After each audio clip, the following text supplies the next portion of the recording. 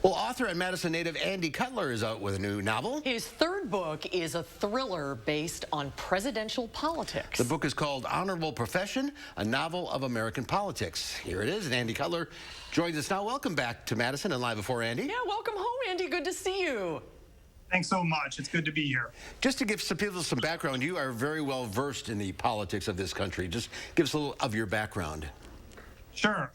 Straight out of college, I went to Washington, D.C. I worked for one of the senators from Wisconsin, moved on to another Senate office for a senator from Nevada.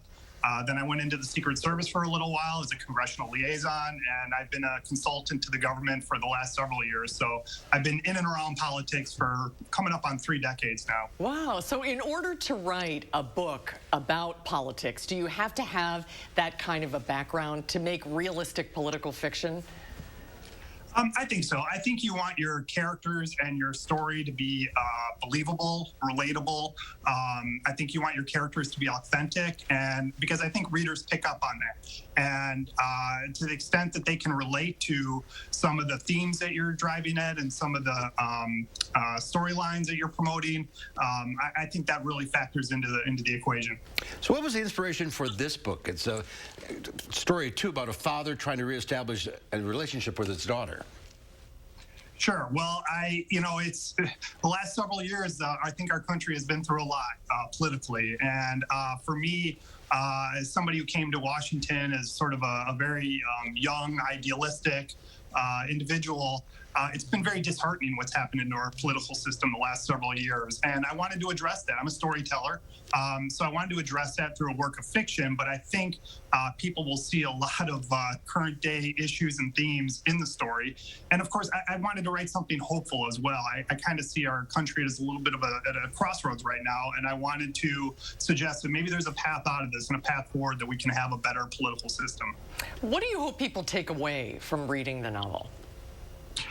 Well, I think that, first of all, how we interact in our interpersonal relationships with each other when we talk about politics. I've heard people say that they've never heard this country, never seen this country so polarized before.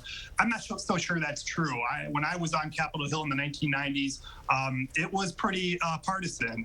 Newt Gingrich and Bill Clinton were at the top of the ladder there, and they weren't exactly sharing hugs. So it's always been very politicized in Washington, but really, what we used to have political brawls, and now it's become a knife fight there.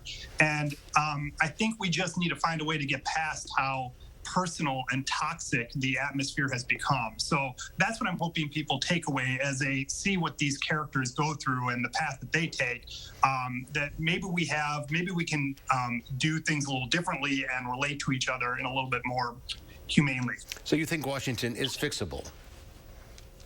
I do, and maybe I'm just an optimist, but everything changes. I think I've been in Washington long enough where, when the Republican Party took control in the mid-1990s, some people thought it was going to be like that for the next 20 years. I remember in 2008 when President Obama was elected and the Democrats took charge of Congress, everybody thought they were going to be in charge for the next. I think we just need to come to a point where we need to realize the parties need to find a way to work better together. And really find a way to dial down the rancor. I'm not suggesting it's going to be easy, and I'm not sure I have, the easy answers, but I think I'm just an optimist and think that we have to find a way. And maybe we can find that way by reading the book. It's called Honorable Profession, a novel of American politics, and Andy's holding a free book signing event this weekend with columnist Doug Moe. It's Saturday. Tomorrow. 2 o'clock at the Monroe Street Arts Center on West Lawn Avenue. To register, go to mysterytomebooks.com. Andy, great to see you again. Enjoy a little respite from Washington while you're in Madison. Congratulations on the book. Great to have time to talk to you. Thanks so much for your time. I appreciate it.